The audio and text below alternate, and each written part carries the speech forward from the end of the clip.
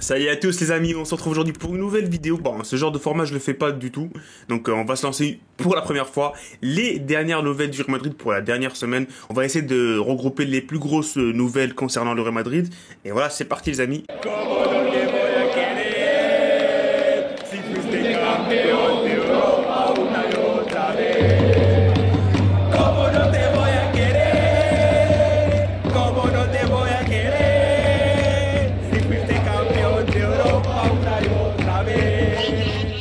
On commence bien sûr les amis, par l'info la plus importante concernant le Real Madrid. Il y a deux jours, Kylian Mbappé a été présenté officiellement en tant que joueur du Real Madrid. Mbappé numéro 9, les amis, devant le public du Real Madrid, le public du Bernabéu, dans un décor magnifique, les amis. Le public du Bernabéu, les amis, a été au rendez-vous. Bon, à mon avis, je m'attendais beaucoup plus de cette présentation. J'étais un peu déçu par rapport aux attentes, aux grosses attentes qu'il y avait autour de cette présentation. Mais quand Mbappé est là, donc on va pas se plaindre des amis. Il y avait Zizou aux côtés de Kylian Mbappé. On avait vu pas mal de petites vidéos cool, les amis, par rapport à l'arrivée de Mbappé. Donc c'est plutôt pas mal. On va voir ce qui va se passer sur le terrain maintenant. On va attendre la décision du Real Madrid par rapport à l'opération du nez que Kylian Mbappé devrait faire. En tout cas, je pense qu'il ne fera pas partie du groupe pour la présélection aux États-Unis, mais il va sûrement faire partie du match en Supercoupe, en finale de Supercoupe contre Atalanta. Donc ça, c'était la plus grosse nouvelle à aborder dans cette vidéo. La deuxième nouvelle, les amis, c'est une nouvelle très très importante bien sûr. C'est Luka Modric. Luka Modric qui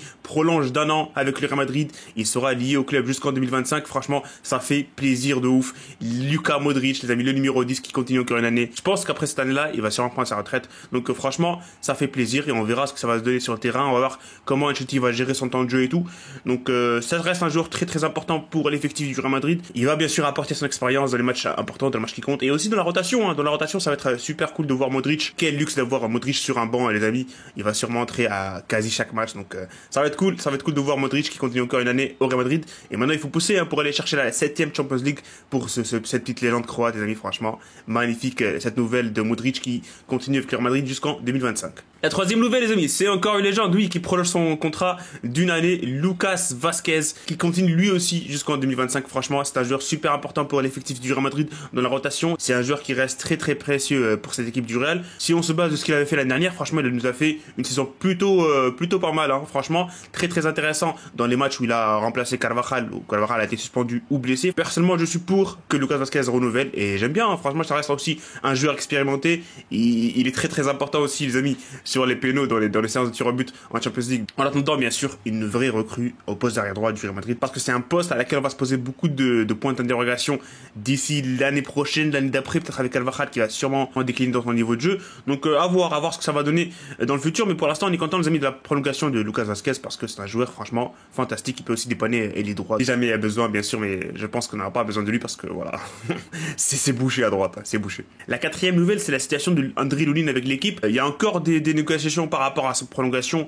de contrat avec le Real Madrid. Le Real Madrid n'est pas sûr de ce que Lunin va faire, donc on a placé en priorité Kepa Arrizabalaga, le joueur qui a été prêté l'année dernière au Real Madrid pour pallier l'absence de Courtois. Je comprendrais à 100% Lunin s'il venait à quitter le Real Madrid parce qu'il a fait une saison de malade l'année dernière.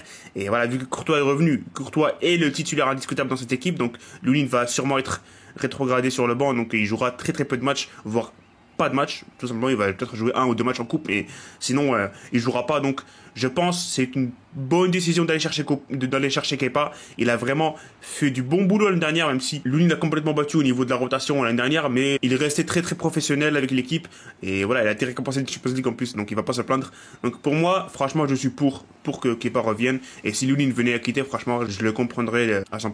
Et la dernière nouvelle, amis, pour clôturer cette vidéo, c'est Leny Yoro, bien sûr, Leny Yoro qui a décidé de s'engager avec Manchester United. Voilà, il a signé son contrat avec Manchester jusqu'en 2029, donc c'est un joueur qui file entre les mains du Real Madrid, mais bon, c'est pas si grave que ça, personnellement, je pense. Même si Alaba et Militao sont dans le doute, et surtout Alaba qui ne va pas revenir avant 2025, donc il y a Vallejo pour l'instant pour dépanner, mais bon, je sais pas si Real Madrid va se positionner sur un autre défenseur d'ici la fin du mercato, mais en tout cas, Leny Yoro, les amis, c'est fini, la saga, elle est terminée. Il va partir à Manchester United. le contrat a été signé. Donc voilà, c'était pourtant un rêve de rejoindre le Real, mais Manchester a donné beaucoup plus d'argent par rapport au Real. Donc it is what it is, les amis. Et voilà, les amis, c'est la fin de la vidéo. Je n'ai pas fait ce genre de format auparavant, donc c'est la première fois. Dites-moi, les amis, ce que vous en pensez dans les commentaires. Et on va continuer chaque semaine, les amis. Je vous donnerai les 5 plus grosses importantes concernant le Real. On verra, les amis, ce qui va se passer la semaine prochaine. Donc salut, les amis, à tous. Salut, et profitez des vôtres. Et à la bonne.